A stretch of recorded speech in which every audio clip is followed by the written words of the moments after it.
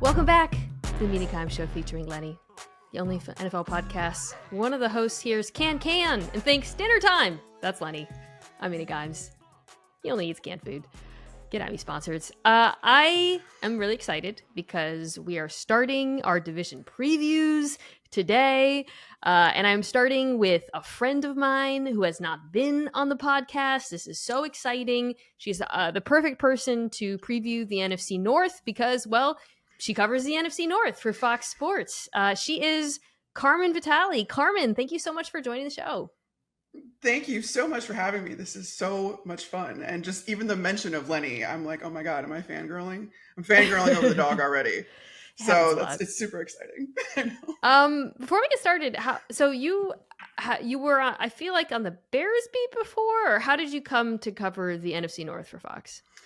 They hired me right off the bat to cover the NFC North. I do have a lot of emphasis on the Chicago Bears, given the fact that I am a Chicago native and I live here currently.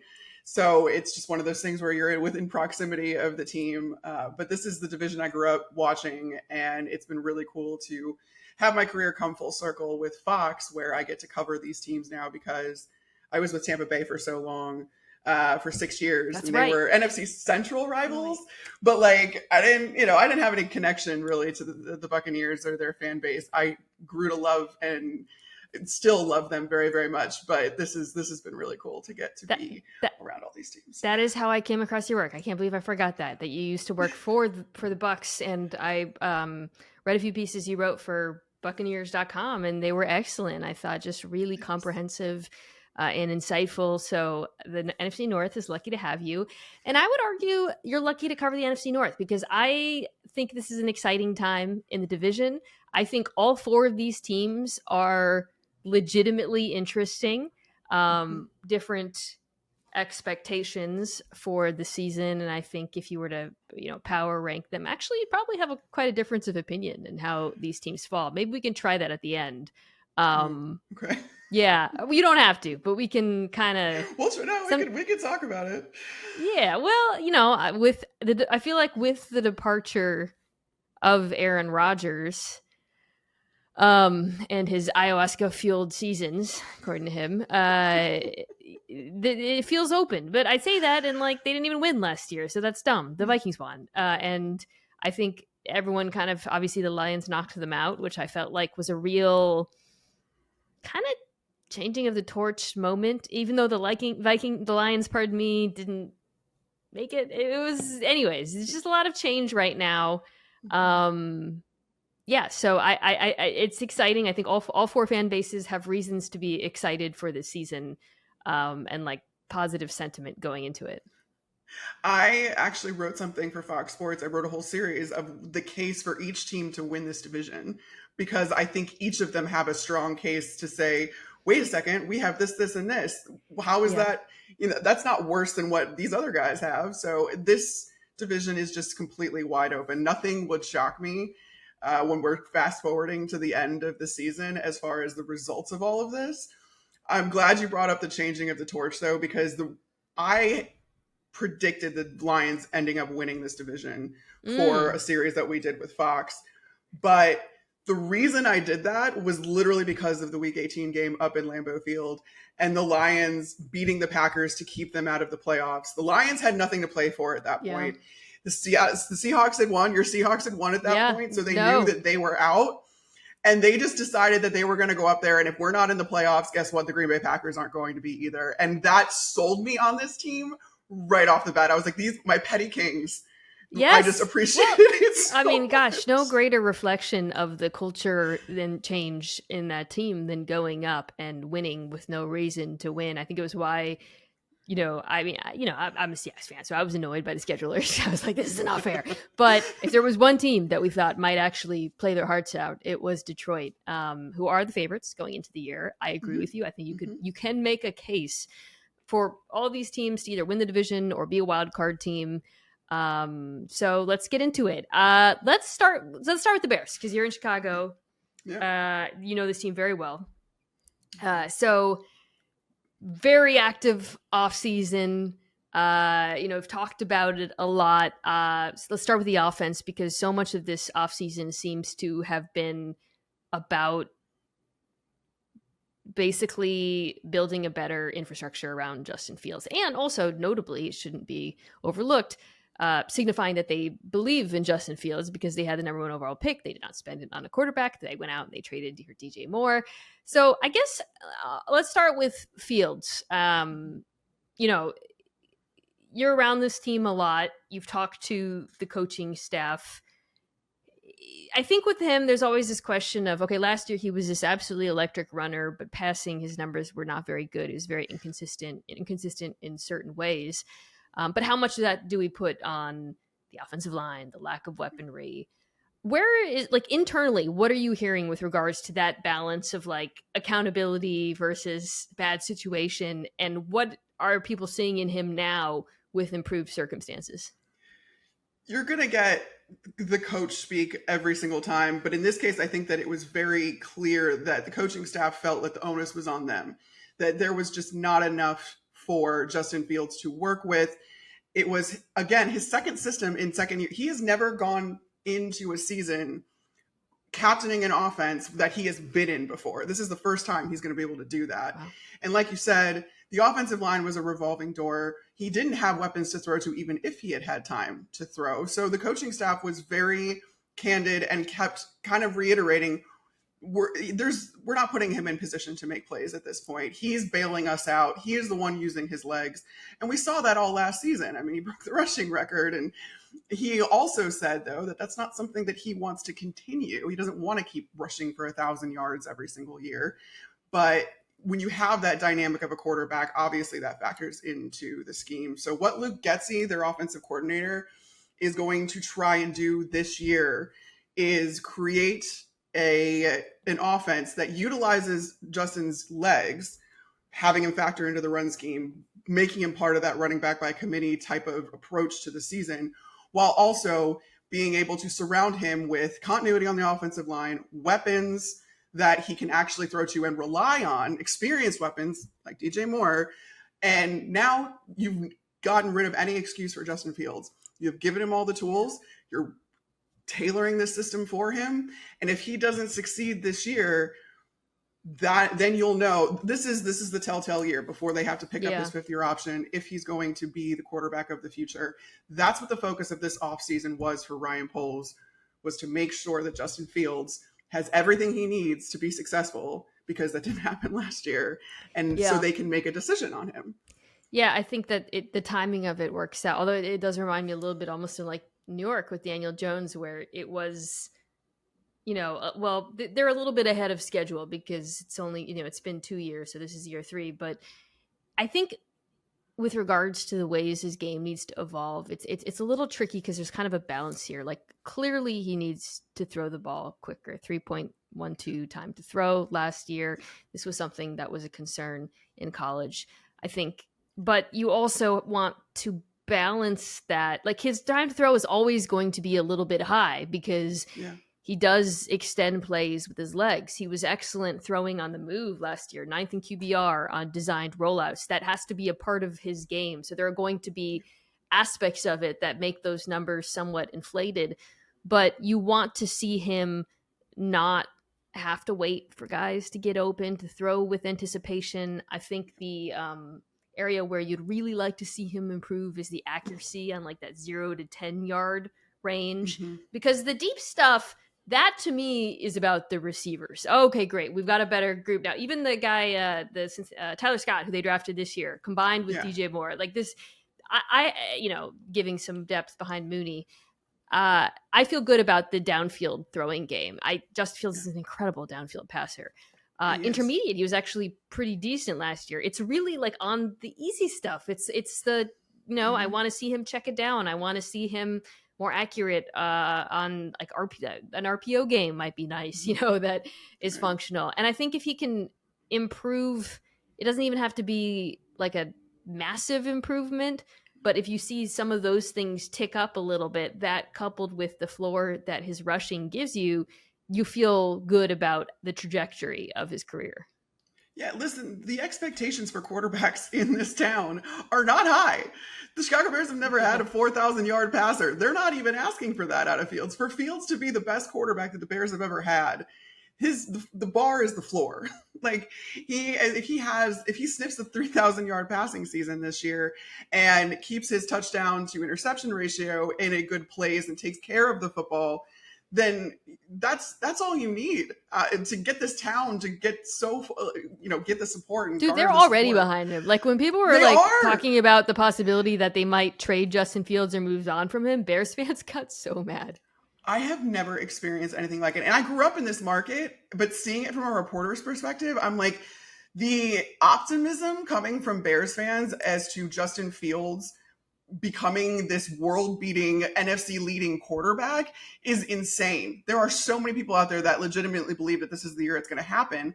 And I think, honestly, it has a lot to do with what Jalen Hurts was able to do last year, because people are now looking at that being like, oh, so that's possible. So it's possible. And that's a great point. They're trying to now think that Justin Fields is going, like, they're taking for granted that that's possible for Justin Fields when he wasn't as, like, Jalen Hurts had better passing stats in his year two.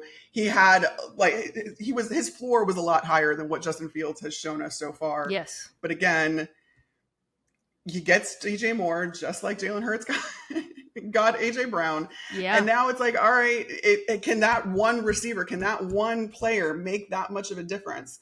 And we saw it happen for Jalen Hurts. So now does some of the onus also fall on DJ Moore to help develop Justin Fields? But it's the optimism in this town, man. It's something to behold. The Jalen Hurts comp is great. And it's funny because we're doing the same thing with like Anthony Richardson. Well, look what happened to Jalen Hurts, and they have the same coach. But I think with Justin Fields, it's really apt because, that time to throw, that's about what Jalen Hurts averaged his first year starting in the NFL. Now, to your point, his floor, he looked better, but he also was in a much better situation in Philadelphia year one, even without AJ Brown. That was still, so. You definitely see the paradigm and the skill set. There's some similarities, some differences, but it does give you hope, especially because I think, this is a good staff, right? Too. I think that was obviously year one, such an issue with Fields as well, comparably. Yeah. But Jalen, it wasn't just about AJ Brown. Of course, Jalen Hurts gets to play behind the best offensive line in football. So how do you regard the Bears' offensive line? A lot of changes this offseason. What do you think? Like, do you think that they're much improved? Like, how do you regard the group? The improvement comes in the continuity because they have their starting five now. And that's not a luxury that Bears fans or that this team had last year. It was a constantly revolving door. You were trying guys out at different spots. You had a rookie left tackle that was taken in the 5th round out of Southern Utah.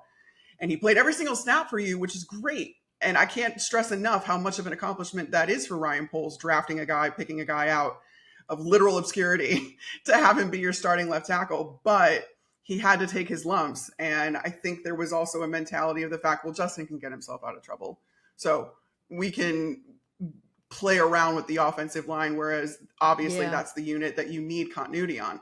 At this point, though, they have their starting five. They talked to us about the starting five in minicamp, and we were all kind of like, oh, okay, cool. You're telling us this now, and this is the plan. So from left to right, you have now Braxton Jones, who's going into year 2 as left tackle. He's spent the offseason getting stronger. He has not left the weight room from everything that I've heard this entire offseason. Didn't take a vacation, nothing like that. And then they moved Tevin Jenkins to left guard. They initially tried to try him at left tackle in his rookie year. That didn't go. And then it was like right tackle. It's been a journey for Tevin Jenkins. He found a home at right guard last year, and he did really well at the guard position.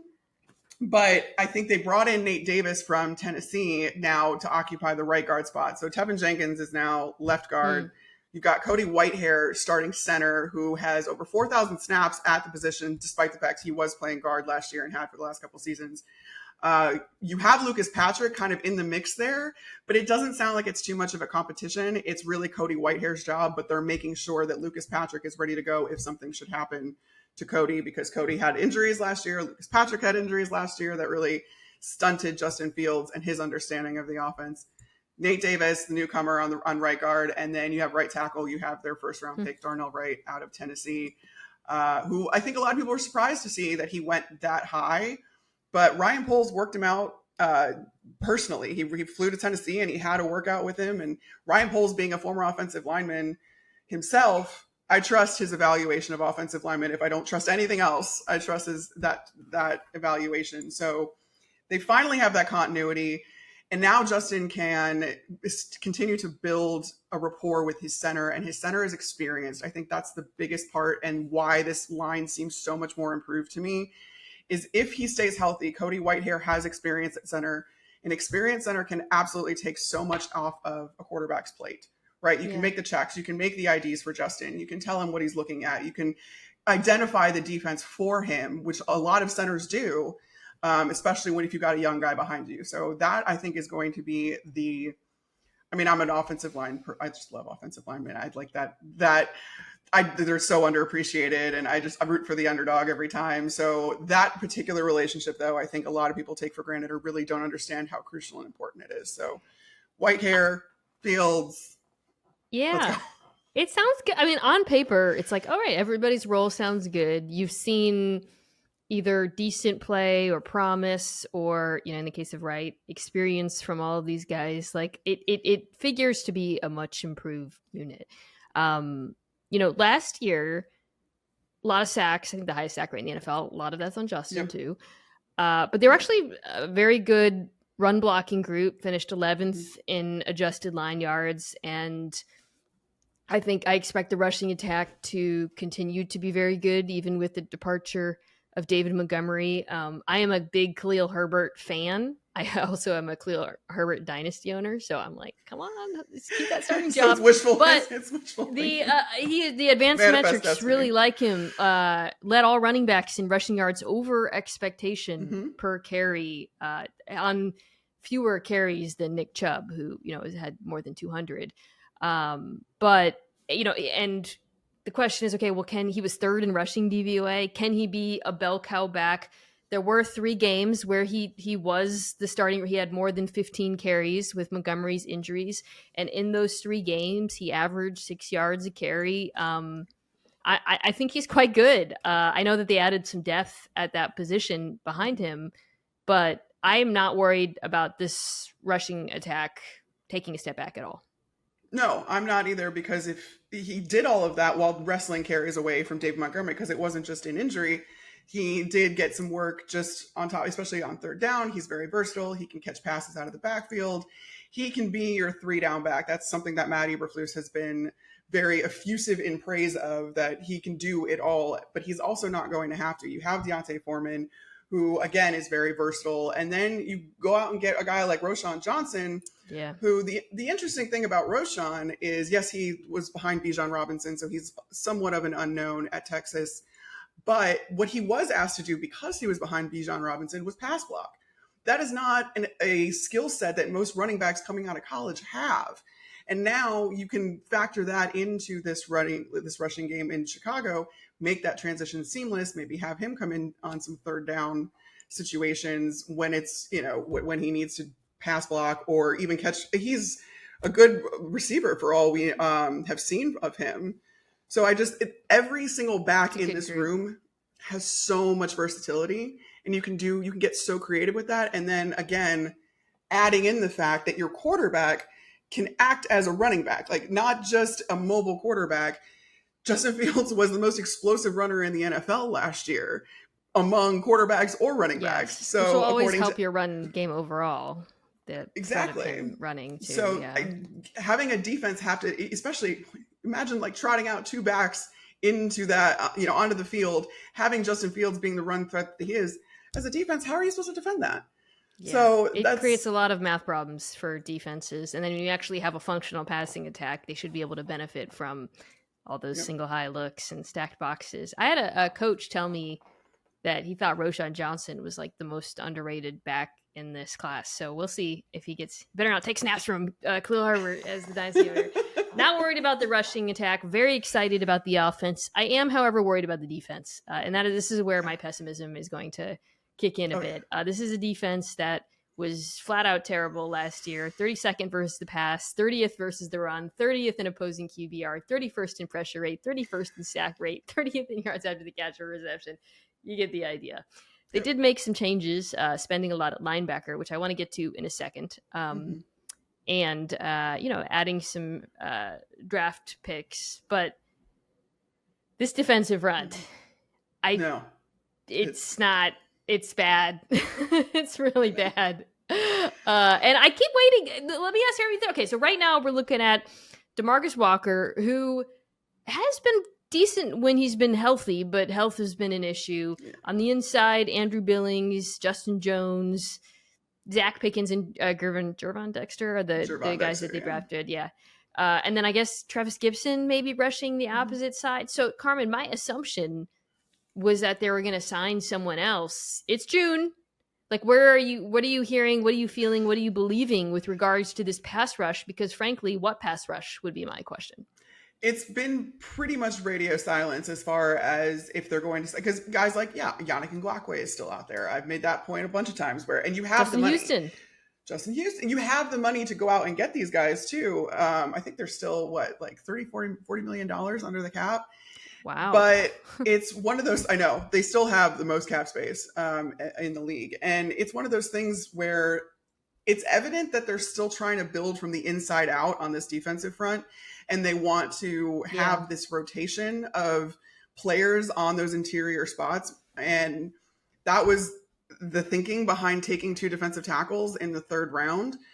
But Gervon Dexter, Ryan Poles, he drafts on traits. Because the role that they want Gervon Dexter to play, which is that 3-tech, is very different from what he was doing at Florida. At Florida, he was an interior D-tackle, 2-gap D-tackle. So he was responsible for 2 gaps. In those situations, obviously, you're sitting back, you're taking up space, you're just trying to basically not let people through, but you're not pressing the pocket. You're not trying to really get after the quarterback from those interior spots when that's the system you play in. Gervon Dexter has told us that's not what he likes to do. He likes to try and get after the quarterback, and he likes to try and use his athleticism. And so the Bears saw that and have told him, listen, you're only going to be responsible for 1 gap in this system. We want you to push the pocket. We want you to get after the quarterback as much as possible from that interior spot, from that 3 technique. Whether or not he's going to be able to do it, that's the gamble the Bears are taking. And they have Justin Jones as their starting 3 tech. Packers fans are name. But I'm just not, this is his 2nd year in the system. So we'll see if he gets a little bit better, but he was basically though, the consolation, I hate to say it this way, but he was the consolation prize for Larry Ogunjobi failing a physical. So he came in right after that all fell through. So you can't help but kind of view him as someone that they didn't perhaps go after, but it was someone they settled for. Which those aren't the best relationships, right? This is all to say that seems to be the focus right now, is figuring out the interior, because there's been almost no mention of what's going on off the edge. And you said DeMarcus Walker, he's a little bit of a versatile player. He can play inside, a little bit outside. Travis Gibson, you got a lot more. He's like a great piece on a defense. It's a defensive line made of pieces. That's exactly what it is. They're like players who could be the 2nd or 3rd player on, a good team. But yeah, I just don't know how they're going to get after the quarterback. I do know how they're going to cover and stop the run in the middle of the field, because they invested so much at linebacker, which, it makes sense. They play a ton of base coverage in Eberflus's 4-3. I pulled it because I was curious. It was like the 3rd most in the NFL, I think. Yeah. That's a lot. And I've talked myself into choosing Tremaine Edmonds over Roquan Smith, which was a decision that in the moment after the Smith trade and when they signed Edmonds, I was like, I don't know. I'm like a huge Roquan Smith fan. I love his game. I love his style of play. But over the last few days, I've been watching the Bills defense for my defenses pod, and I was just kind of watching Tremaine Edmonds, and it makes sense. Given everything that like Matt Eberflus says when he talks about defense, when he talks about Edmonds, like the significance of having like a super long, big bodied, athletic guy who can cover and just like take away the middle of the field and interfere with and that's who Edmonds was last year. He was fantastic in coverage last season for the Bills. He really, I think, emerged and kind of became the player everyone thought he could be. The only concern I have is that it was 1 year, Carmen, but the combination of him and Edwards, who's just like a super competent, linebacker. I think it's a couple with Jack Sanborn is decent. Like this is probably one of the better linebacking groups in the entire NFL right now. I completely agree. If there's any strength on this team that I feel good about, especially on the defensive side of the ball, it's the linebacking core. And I think you need to think of the Roquan Smith trade for Tremaine Edmonds and factor TJ Edwards into that as well, and realize that they came as like a package deal from different teams, obviously. And plus the Bears picked up an extra draft pick through all of that, the finagling of the trades and everything like that. But I think TJ Edwards has probably been the most even within Chicago, the most not talked about signing this offseason that's going to make the biggest impact. This is a guy that wore the green dot for the Eagles last year. That's one of the best defenses in the NFL, if not the best defense in the NFL. So you have a guy that's that smart and can support this defense from that weak side linebacker spot, which is something that's very important in Eberflus's defense, coupled with a guy that's super physical, strong, lengthy, and fast in what we saw in Tremaine Edmonds last year. Those two are really going to be able to take over and lead this defense. And then, yes, you have Jack Sanborn, who is just like the cult favorite of every Bears fan. He's a local kid. TJ Edwards is a local kid too. Two of those guys are local kids to Chicago. But everybody loves Jack Sanborn. He's such a good story. And the fact that he was able to earn himself a starting spot, like pull himself up by his bootstraps, city of broad shoulders, all that business. So everybody loves Jack Sanborn. And he is reminiscent of the days of Brian Urlacher and Lance Briggs, where these were really physical linebackers that just hit real hard. And you can tell that he kind of grew up watching that, because that's the kind of player he is. So that's really, really fun. I trust that this linebacking core is exactly where they want it to be. And now it's just a matter of shoring up the rest of the defense. And I think even the secondary, I can be sold on, but there's no depth. That's what worries me. Yeah, it's okay. There's I think Jalen Johnson has been highs, ups and downs. Yeah. Kyler Gordon from my beloved Huskies. I think he's going to be in the slot more this year, so that maybe that'll help. Starting nickel. Yeah, Jaquan Brisker is a really cool player, but they're very young. They're very young. It's the sixth most base personnel. So Jack Sanborn will be on the field. Don't panic. Anyways, in summary, Bears offense, very excited to see if Justin Fields can take that next step. Bears defense, I don't know where the pass rush is coming from, and that makes it hard for me. I do get a little bit concerned about that when I talk about this team. So that's kind of, But the success for the Bears isn't winning games this year. Yes. Success for the Bears is having a productive offense. That's what totally could not agree more. That is, I think, 1,000% true. I think they recognize that going into the season. But would be nice if the defense isn't on, stays on the field a little bit and gives the offense time to rest. Okay, speaking of great offenses, let's talk about the Lions, who are the favorites to win the division. A lot of changes, both sides of the ball. We'll start with the offense, though. This was an offense that was fantastic last season. 5th in passing DVOA. Jared Goff back in a huge way. 5th in QBR, 4th in DVOA. Yeah. Probably the most significant thing of everything that happened was that they retained their offensive coordinator, Ben Johnson, which I thought he was gone. I think everybody did. Yeah. Well, all of the players were like rejoicing when that came through, and when he announced that he was staying. That was easily the biggest move of the offseason for the Lions. Was a move that never happened. That's such a good. Did you hear anything about why he stayed? I mean, what?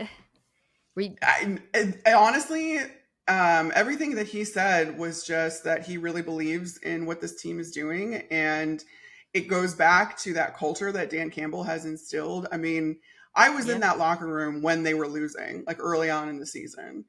And I don't want this to be misconstrued as a bad thing, because it's not. I would have never known they were losing because all of those players were having so much fun still with each other. And I've just never seen that on all the Bucks teams I was a part of that were losing Yeah. horribly. That the locker room was not a fun place to go.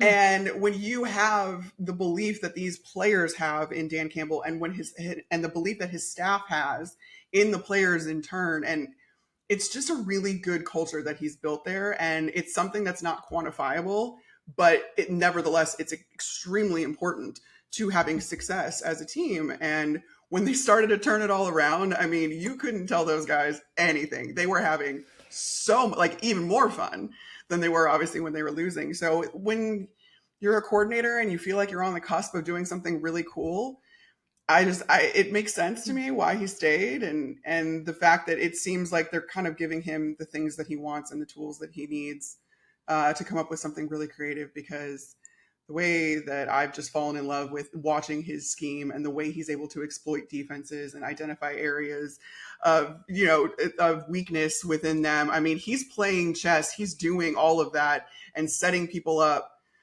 with the looks and the window dressing and all of that, and then trotting out something completely different than you expected, just on a constant basis. He's staying ahead of it, and I love that. He's not doing it with like this incredible group of skill players. I mean, I like some of these Lions players a lot. They have a very good offensive line, an offensive line that was fantastic last year, despite the fact that like Vaitai was out for the season and he comes back so they could potentially be even better this season. But outside of him, I mean, and I think this is where I wouldn't say like it's a concern about the Lions offense, but this is where I think that you can ask kind of questions about, okay, can they keep it up in the first half of this season? They don't have Jameson Williams. They didn't have Jameson Williams for a lot last season too, most of the season, right? But they don't have DJ Chark. He's gone. So right now the wide receiver group is the wonderful Amon-Ra St. Brown. And then you got Josh Reynolds, Marvin Jones is back. They drafted Sam Laporta, who's a very fun yards after catch guy, from Iowa. They draft Jahmyr Gibbs, shocking everybody, as the second running back after signing David Montgomery.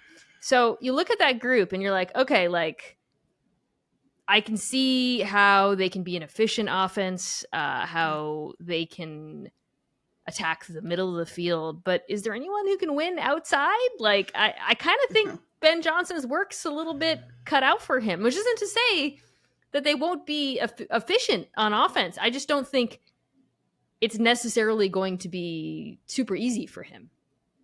I think I got in a little bit of trouble with Lions fans saying that I still felt like they needed a number one wide receiver. They still need that X receiver, that guy on the outside, because for as productive as Amon-Ra St. Brown was last year, he's a slot guy. That's where he makes his money. That's where his bread and butter. That's out of the slot. And he's a fantastic route runner. He's a really fun player to watch, but he's not that true outside guy that Jameson Williams, I think, can be, but you're going to be without him for the first 6 weeks. One thing that struck me when I was talking to a few of the coaches there and people around the building after the draft, I'm like, trying to talk myself into Jahmyr Gibbs, and I'm trying and Jack Campbell even, and I'm like, all right, make this make sense to me. And essentially how I think that they're thinking of Jahmyr Gibbs is, DeAndre Swift gets traded the day after they draft him, and he is basically what they wanted DeAndre Swift to be. And that is factoring into the receiving game. Like they are treating him as one of the as part of the quick game, as part of the shallow and intermediary route runners. Like they want him to be part of this receiving game, and they want him to act as a Christian McCaffrey, a Deebo Samuel, like one of those guys that is a do-it-all kind of Swiss Army knife that you can put all around the offense, and then that really creates some matchup issues for defenses and allows you to be really creative. And I think that that's something that Ben Johnson is up to the task of doing. So that made me feel a little bit better about it. I was like, okay, if you're trying to tell me that you're just seeing these guys as weapons versus receivers, tight ends, running backs, I kind of get it. I don't know that I'm totally sold. on taking Yeah, him as high no, and paying him as much and whatever. But I think that when the you're talking value about is him, one question, but we're past, now we're talking about what is he going to look like on the football field. I think it'll look cool right? on the football field. I He think so has too. very Chimera tendencies Mhm. that I think Ben Johnson will have a lot of fun with. I am just really interested in seeing what the offense looks like those first 6 weeks without Williams. And, Without, and again, I know they didn't have Williams for a lot of last season, but they did have DJ Chark. And it's interesting, Carmen, when they didn't have DJ Chark, who is a guy who plays outside and wins yeah, downfield, the offense looked really different with and without DJ Chark. With him, they had a design pass rate of 66%, which to put in context is about the Bengals. It's very high, like fifth highest in the NFL. In the games where they didn't have DJ Chark, that dropped to 51%, which is the Bears, 31st. So they really leaned heavily on the run when they didn't have a receiver who could win outside. EPA per play dropped off too, still very good because, again, they're just like a very good running team. But as you mentioned, Gibbs is a little bit different. So like it's like, well, we see in the beginning of the season a lot of two back looks, but then will Gibbs split out sometimes? Will he be in motion? Like, how are they going to keep him on the field? Because I do think he's going to need to contribute immediately, given the limitations of the rest of the skill players. yeah. And when you also think about the fact, it's interesting. Jamal Williams last year didn't have the yardage totals, but he had 17 touchdowns. I mean, Yeah, it was just a he's tremendous amount of production. And now you feel like, all right, maybe David Montgomery is slotting into that role, and you go to him in the red zone, you go to him on the goal line, and you get that production out of him. Although David Montgomery is versatile in his own right and was a do-it-all guy for the Bears, obviously, but it's just going to be interesting with how they deal with those two because you don't have DJ Chark, you don't have a guy to stretch the field for the first 6 weeks, and you also don't have your number one production or producer in touchdowns, which is Jamal Williams. This is like where you find out though, like, is Ben Johnson really this wonder kid that we think he is? yeah. So yeah. Part of the reason I'm confident is because he's already shown so much. But yeah, like to your point, like this is not the Eagles. He's not walking it, like Yeah. there's some challenges here. Let me ask you one more thing about the offense. Are you worried at all about regression from Jared Goff? Because last season, a bit of an outlier compared to the previous 4 years. Yeah, you as a responsible football fan, you have to be, right? Because Jared Goff has not shown consistency, dating back to his time with the Rams. But that being said, again, Ben Johnson's system is a very quarterback friendly system, and Yes. he makes things easy on Jared Goff. Not to mention, I can't say enough about the fact that this is one of the best offensive lines in football, Yes. probably second to only the Eagles. And that makes a huge difference when you not only have the offensive line shored up, but they have tremendous amount of depth behind those. They don't have swing tackles. They don't have guys that they're like, all right, he could be a right tackle or left tackle.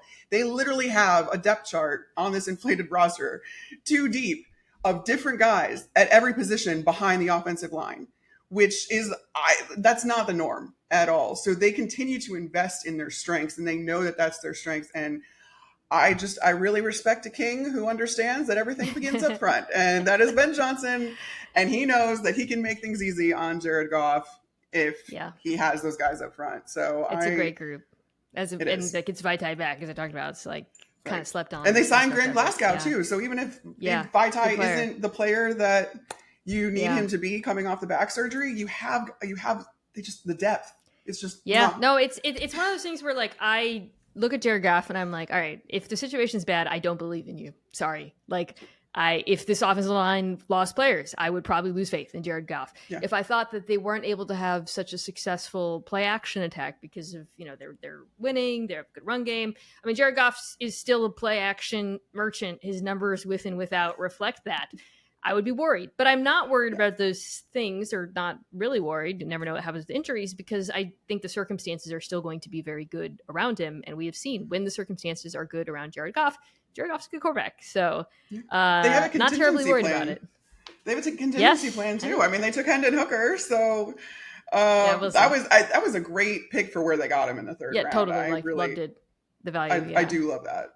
And you're not going to expect anything from him right away. So we'll see. That's going to be a spicy preseason, because if he'll probably look awesome in the preseason, and if Jared Goff struggles, there'll be calls. All right, so the defense is interesting. Let's go back to front here, because this was one of the more dramatic position group makeovers in the entire NFL. This Lions secondary, which was awful last year.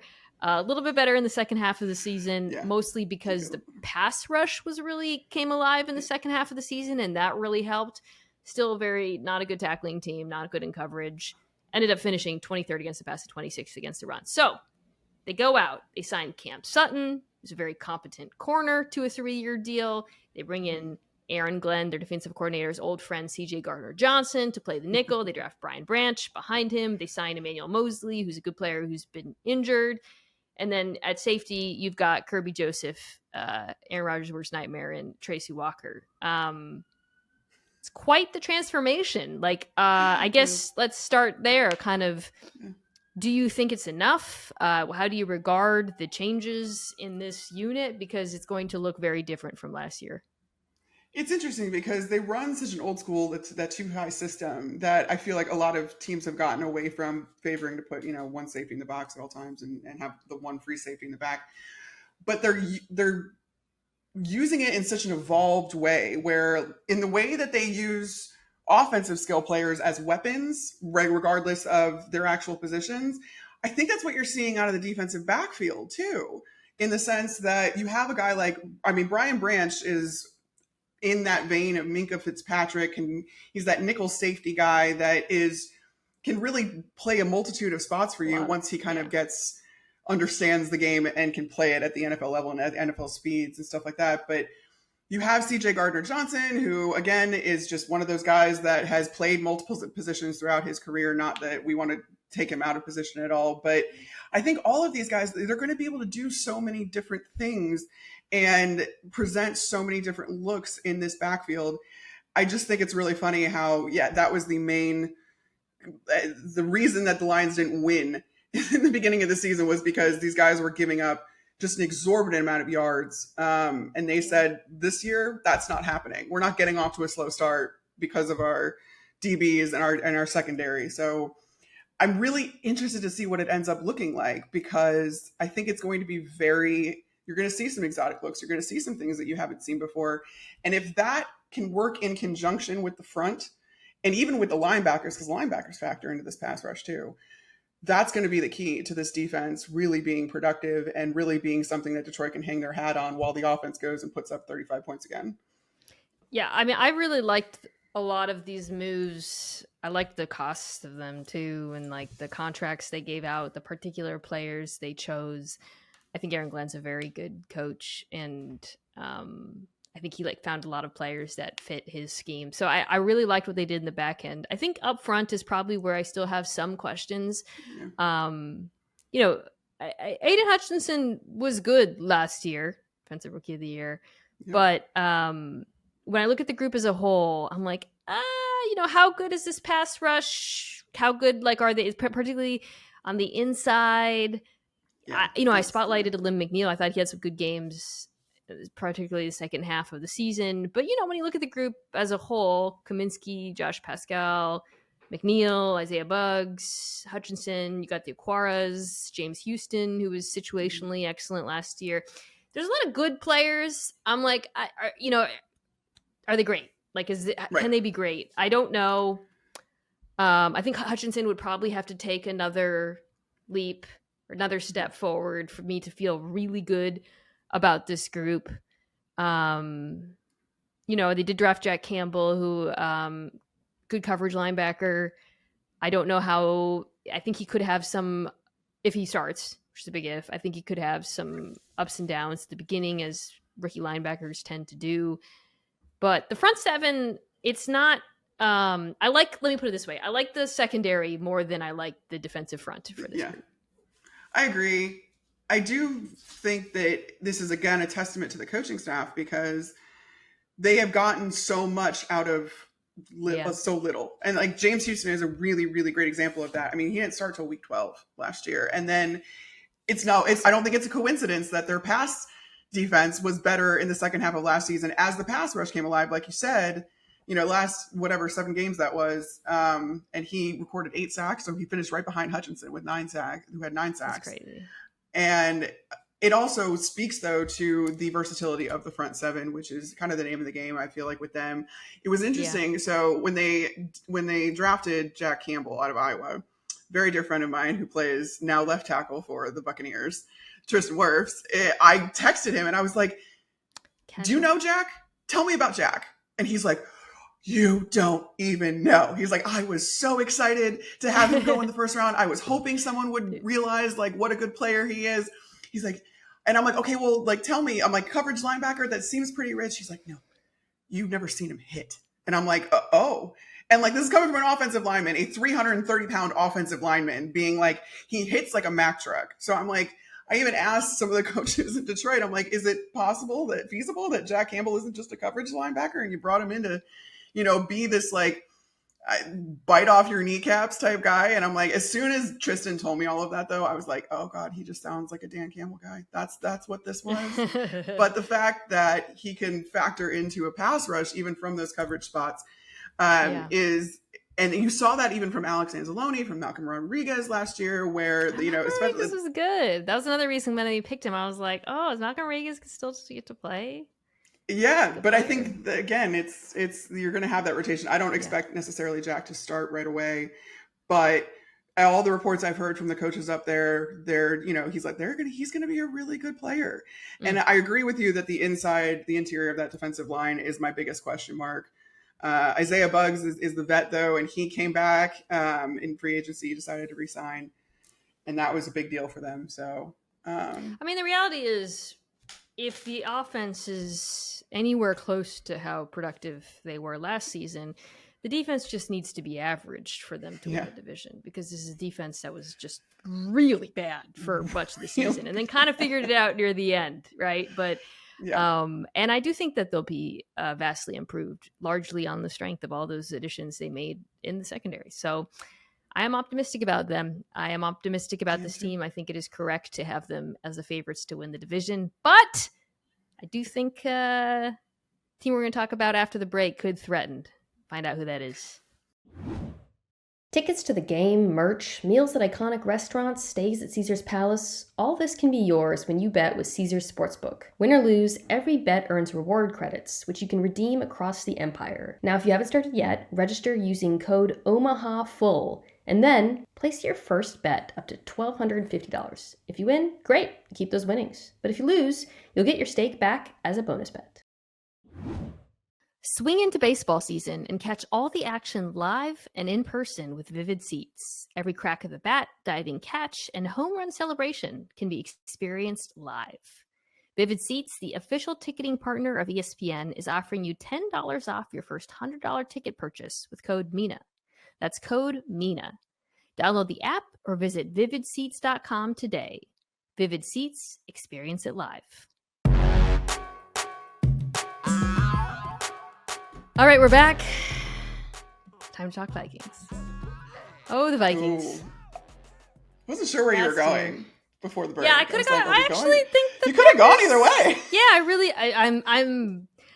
I feel like my relationships with fan bases are just entirely come down to whether or not I'm positive about them. Oh my God. Yeah, yes. Right. And I've been like kind of weirdly positive about the Packers this off season, so I feel like I have a really good relationship right now with Packers fans. My relationship with Vikings fans sometimes suffered last year because I was not a believer. But I do like some of the changes. Yeah. And I am optimistic about the offense. So let's start there. Defense is a huge question mark. Offense, however, I think is going to be improved this season. It's an offense that, like, I've talked about this a lot, Carmen. Like, it was such a bizarro season from Kirk Cousins because statistically he was like bad, but I actually was more impressed by his play maybe than I have been in previous seasons. I have spoken about this. I really feel like when they traded for TJ Hawkinson, it really did unlock something in this offense. I mean, halfway through the season, Kirk Cousins goes from ranking 32nd in average depth of target to 8th. No coincidence that it happened around the same time that they trade for Hawkinson. Not because Hawkinson is he's throwing to him downfield, because finally things there was a bit more space for Justin Jefferson, and also Kirk kind of just decided that he trusted Justin Jefferson on literally every possible throw, which is a stance I support. Now you throw in Jordan Addison, who is a really elite separator, and suddenly I don't see why this passing attack won't be better than it was last season. No, and I think there was, going back to the TJ Hawkinson and how that really opened things up for Kirk, because TJ Hawkinson is so good at yards after the catch, I think a lot of people were like, oh, well, that was mostly TJ Hawkinson's. You get those long passes, whatever, and that was mostly the work of him. But Kirk Cousins, his air yards per attempt went up right after they got TJ Hawkinson. I think he had 3. What did I write down? I think he had multiple games with double-digit air yards per attempt average, whereas he had none before TJ got there. He was dinking and dunking. Yeah. He was. And he also trusted TJ on third downs, and we don't need to go into the 4th and 8 against the Giants and how that was short. Tough way to end. Yeah. Kevin O'Connell took the brunt of that, honestly. He took responsibility for that. But that being said, the addition of Jordan Addison, I think, is just huge because, again, all you need to do is keep some attention off of Justin Jefferson. Not all, because you're never going to. But like you said, Kirk just trusts him implicitly, and he's warranted that trust as the offensive player of the year. So you just have to distract some players on the defense. Just make sure that not all 11 are accounting. Or covering Justin Jefferson, yeah. Or covering Justin Jefferson. I like Kevin O'Connell. I like the way he talks about the offense. I like the things he says. One of the things that he has mentioned is kind of wanting the offense to be a bit more balanced. And I think it's interesting because this is a team that was extremely pass heavy last year. 6th pass heaviest team on first down in the NFL, 4th pass heaviest on second down. But to me, when he talks about balance, that doesn't mean we're going to run the ball, more on early downs. It means we're going to run the ball when it's favorable to run the ball, and we're going to do so efficiently. The Vikings faced a ton of too high coverage last year, very high rate of light boxes, but they didn't run into them a lot. And then when they did, they weren't particularly efficient in doing so. I think this is part of the reason why they were willing to make the change and move on from Dalvin Cook this offseason. So for me, when he talks about balance, I don't hear Stone Age kind of, we're going to not throw the ball all around the yard. I hear we're a team that wants to run in favorable situations, and we want to be more multiple. Maybe, they go out and they added Josh Oliver. Maybe we're going to see more. This was a very 11-heavy team. Maybe we're going to see more 2 tight end sets. Maybe we'll get CJ Ham on the field more. Maybe we'll see different types of runs instead of just outside zone. And I could see the entire offense looking better in year 2 of his regime in Minnesota. Yeah, I mean, they live and die by this zone scheme, though. To say, that's something that is just kind of a base and core concept within, and everything kind of builds off of the run. And I think that that's something that's lost given the fact that, they weren't so efficient running, but it's more about what the run game can open up for them. And I don't know if maybe that speaks to the balance that Kirk Cousins or that Kevin O'Connell was talking about, because I mean, it's that Shanahan tree. It's a ton of the window dressing that really is dressing up so many of the same concepts over and over again. And you look at the way that these guys practice and what they're doing in each period of practice, which is different than most teams that I've seen, where they're running on blitz periods, which most teams don't run in blitz periods. They're doing things where over and over and over again, they're still practicing how to run the ball and establishing that first. I don't want to say establishing the run, because I think that's dumbing down the concept a little bit, but everything kind of comes off of the run in this offense. And so the fact that they are kind of handing the reins to Alexander Mattison, who I think is a great player, not sold if he's the guy and what's going to happen if you make him the guy, which is what they're doing. But he's been a great compliment to Dalvin Cook, and I just hope that it continues in that sense because, again, there is so much creativity they can use.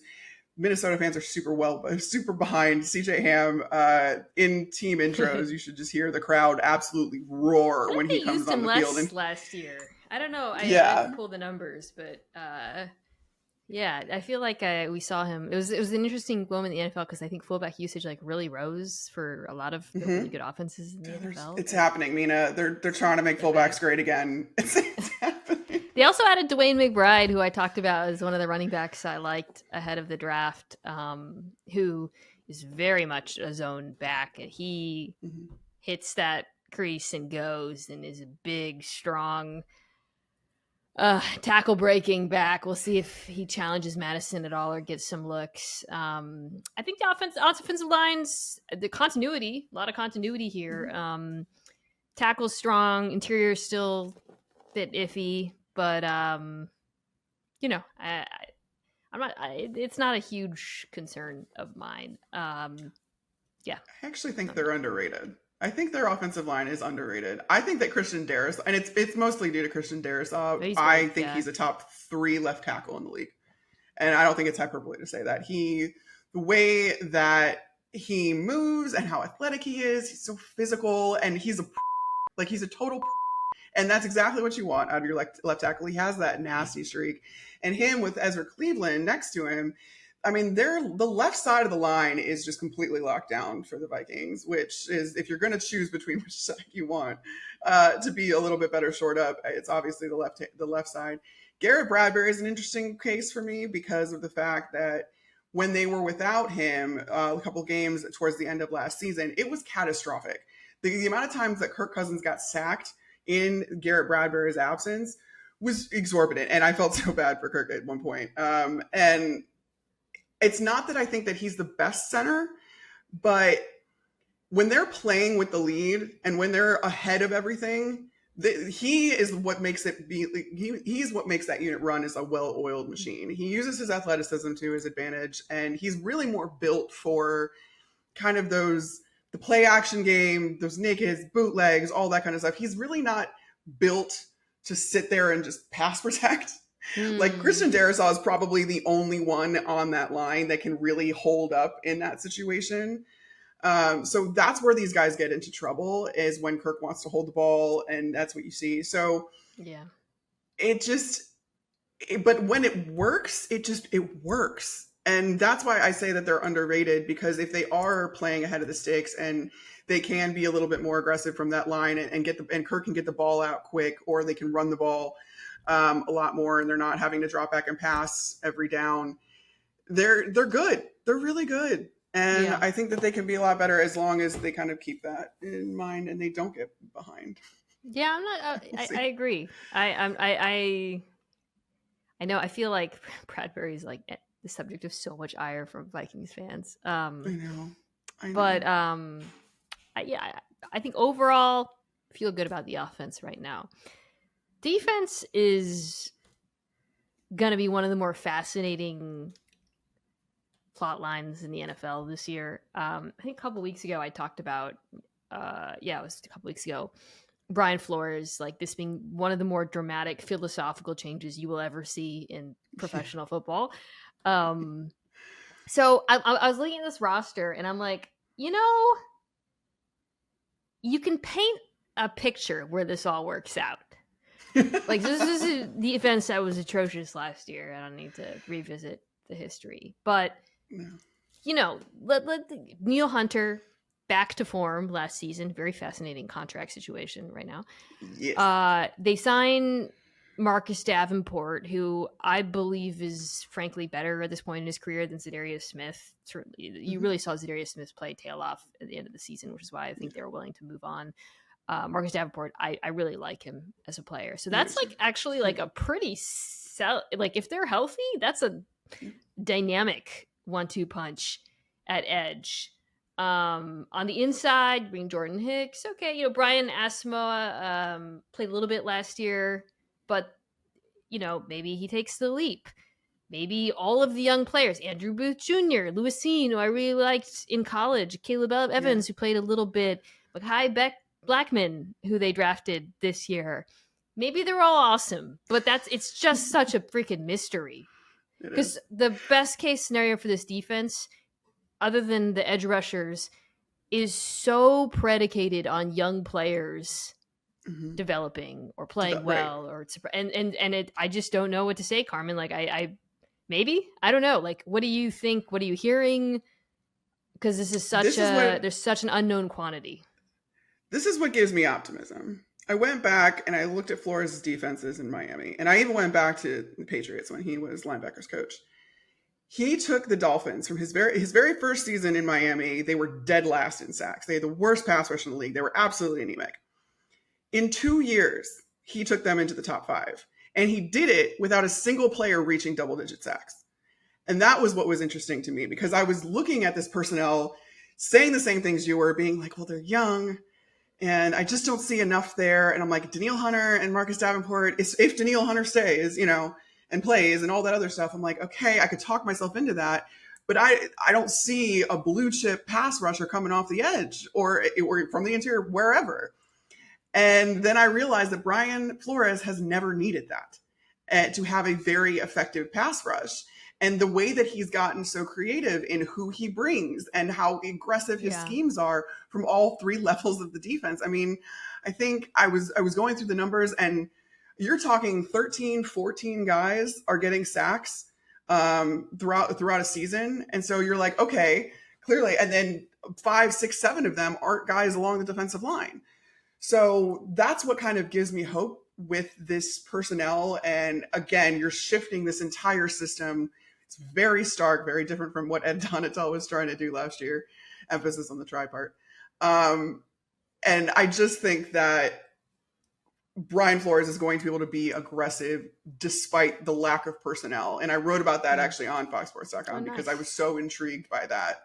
It's a great point. Yeah. I think there's going to be a lot more aggression. I think there's going to be a lot more deception. The looks are going to be in the back end are going to be a lot more static. He asks a fair amount out of his safeties. I wouldn't be surprised, by the way, if we see more of those safeties, if they use 3 of them more often. I mean, Harrison Smith is the old man mainstay. I mentioned Lewis Seen. I hate calling them old when they're like still younger than me. He's getting up in the years. No, yeah, that's right. I think he is like 35, 36. 35? Maybe he is for a safety. But Josh Metellus, Cam Bynum, I think I wouldn't be surprised if we see 3 of those guys on the field a fair amount. Yeah. Which ones? I'm not sure. I hope Seen is healthy because I really liked him in college. And I don't think it sounds like. Oh, sorry. No, I think they're going to have to put a lot on him. So he better be healthy. Yeah, and it sounds like Booth Jr. might not start at first, but again, I do think the best case scenario is one where he, lives up to his draft status. So we'll see, man. Well, while we're talking about youth, let's move on to the youth movement in Green Bay. This has to be the youngest offense in the NFL. I mean, outside of the offensive line. The offensive line has some young players too, but just the skill group, I think wide receiver group, I definitely believe has to be the most inexperienced in the league, coupled with the tight ends too. So I have been optimistic about this offense, and I've been that with very little to go on with Jordan Love. He's barely played. He would look great in relief for the Eagles game last year, like 9 throws or something. They look great, Yeah. But for me, there's a few things. One, it really starts up front. This offensive line still slaps. So his situation, there's so much kvetching about the skill players, who they did add, who they didn't add, the inexperience I allude to. But he's so well protected. It's Bakhtiari, Jenkins, Myers, Runyon or Newman, Zach Tom or Nijman. They're so good. They were so good last year. They're so deep. I mean, you have to start there. This is clearly the best. Well, no, they're not the best offensive line. Well, great.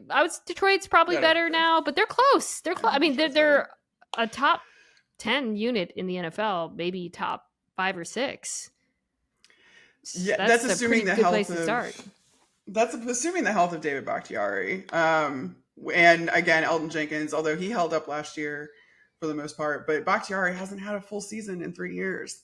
And that's just not something that I can count on. With Bakhtiari, I am totally on board. This is one of the best offensive lines in football too, second to the Lions in the division, because I do think the Lions have the edge a little bit. But I just don't know if they hold up. The good news is, like you said, they have depth.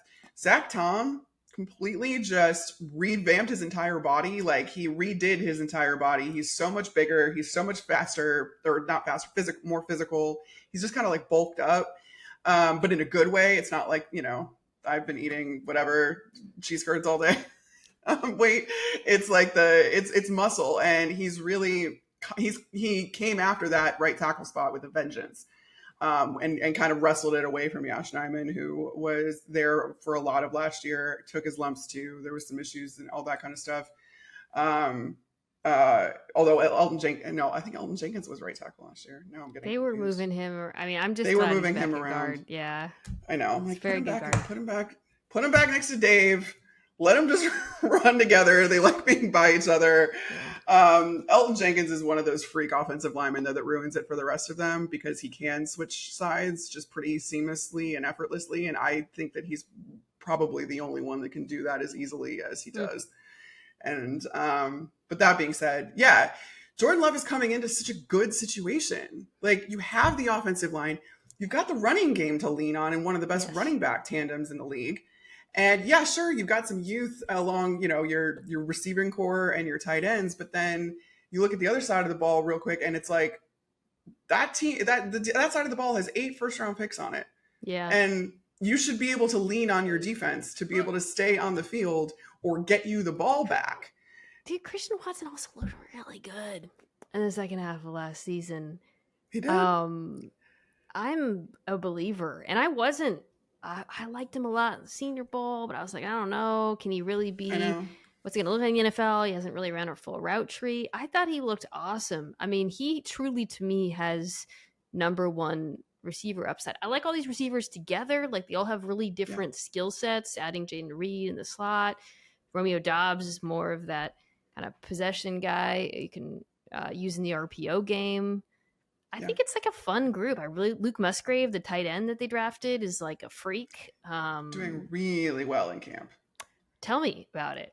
So, well, that's the one thing that I agree with you in Christian Watson being that number one guy. But at the same time, everything we've seen this offseason is that Jordan Love is going Romeo Doubs way more. And he was training with Romeo Doubs before the offseason. Even the program even started out in California. Both Romeo Doubs and Aaron Jones went out to throw with Jordan Love. And Romeo Doubs has been the one to get most of the work and kind of play that cleanup role all over the offense. So I think Christian Watson has that explosive big play capability, but I don't know that he's getting the bulk of the work here for these receivers. I think it's interesting, and it'll be something to watch as it develops. But Luke Musgrave is absolutely factoring into this receiving core as a tight end. I mean, the way that he's run his routes and how crisp he looks, how fast he is. He's so fast. They really, really like him. He's so fast. He's really fast. So they really like him. And then you add in a guy like Tucker Kraft, who is a combo tight end. Yeah. And I mean, he can get a little bit better as an inline blocker, I think. He's good in space though. And this is a team that utilizes 12 personnel a ton. I think they did it at the second highest rate last season. Yeah. And they were doing it with Robert Tonyan and Mercedes Lewis, a very aging big Mercedes dog. Lewis. Shout out to the big dog. He could still come back. Shout out to the big dog. And I just think that they've infused every single aspect of this offense with youth. And those tight ends are going to grow together and work together and really take the pressure off of those young receivers too. If you're putting 21 out there too, if you're putting both Aaron Jones and AJ Dillon out there, But one tight end, you got another couple receivers, you're good. Or you can run that 12 personnel that you love to run so much. And you can do it with both of those guys that are both going to be pass or receiving threats in addition to being able to block. Couple that with the backfield. There's so many different combinations that are available to Matt LaFleur and in turn Jordan Love to make things easy for him. I'm really excited to see what Matt LaFleur does with the offense this year because I've talked about this, coming into Green Bay, he really changed that. He came from the Rams and quickly figured out that it wasn't what Aaron Rodgers wanted to do. Aaron Rodgers didn't want to be under center booting out. It was just a very different, he's a very different quarterback. He wanted to be in the gun more. So he implemented an RPO game as a means to help the run game. And,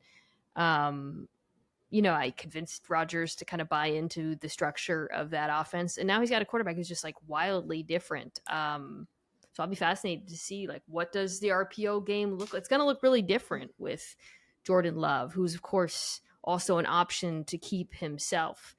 That's another area, by the way, where I think the Green Bay offense should improve this year, which is they were awful at the goal line last year. I mean, they could not score touchdowns. They were bad in red zone efficiency, but in goal to go situations, miserable. They were 32nd in the NFL. Yep. They only scored 50% of the time, and that was down from being 11th in 2021. So that's really responsible for a lot of those losses. Now you bring in a quarterback who himself is a threat to keep in a lot of those situations. And I really think that's going to open up things in the low red zone for LaFleur, who, in the past has been he's been a very creative play caller. And then, of course, as you mentioned, that they have an incredibly good offensive line and an incredibly good run game. So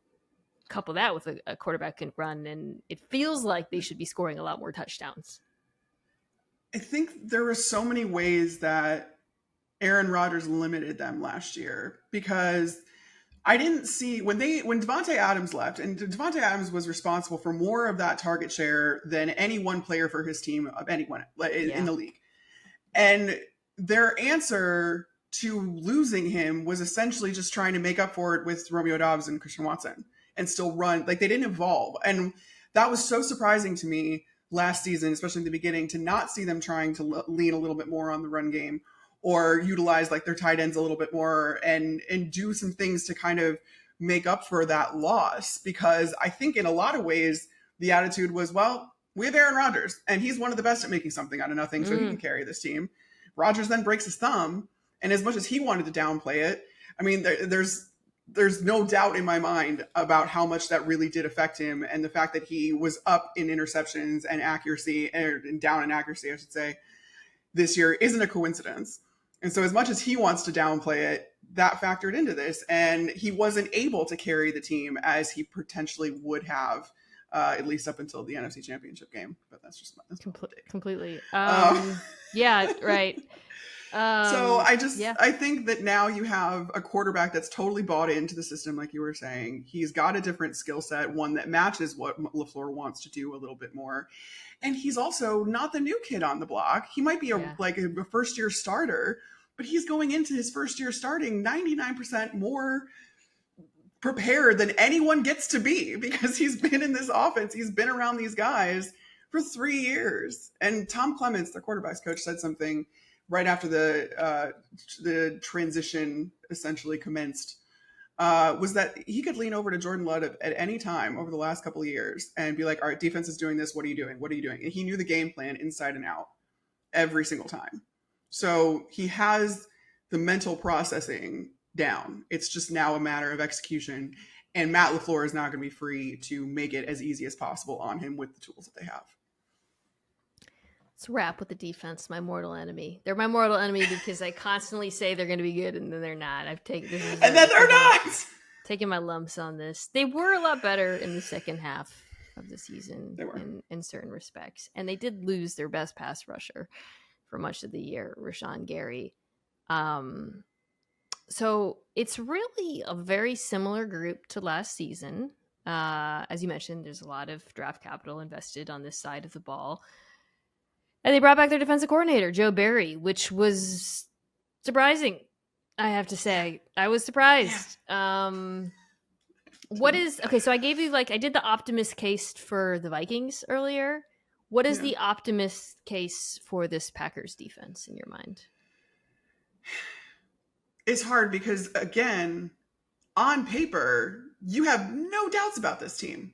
Yeah. You have you're sort of at every level. You have a rotation, even along the interior now. Devontae Wyatt's going to be in his second season. He's going to help out Kenny Clark. Kenny Clark has a supporting cast on that interior that he hasn't had in a while.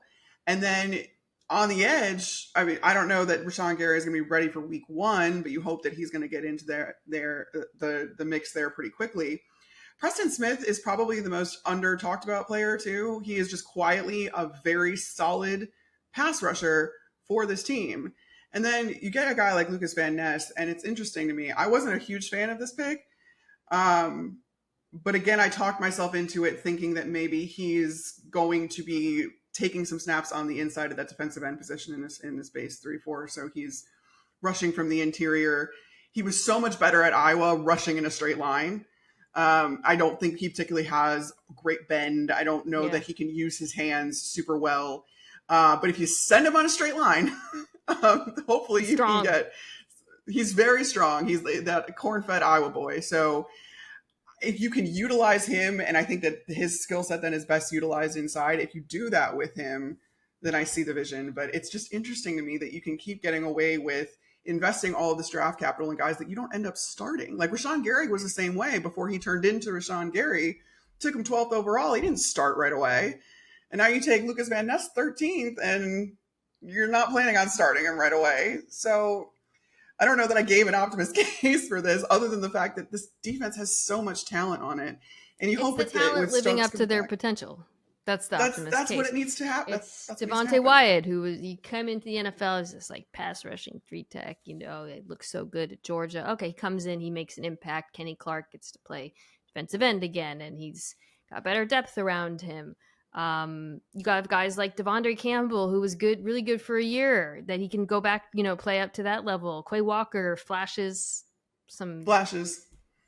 Yeah. Russell Douglas was another really good for a year. Eric Stokes again. They've all been really good at various points. Question is, can they all be good at the same time and for an extended period of time? Yeah. Minus Jay Alexander, who's just awesome. Safety remains an absolute black hole on this team. Sorry, I don't know who's starting. It doesn't look good. But that's otherwise there are answers across the roster. It's just a matter of consistency in my mind, frankly. Yeah, and hopefully Eric Stokes, will get back and be good from the injury. And we saw Rasul Douglas be a guy that he turned into somewhat of a ball hawk towards the end of last season.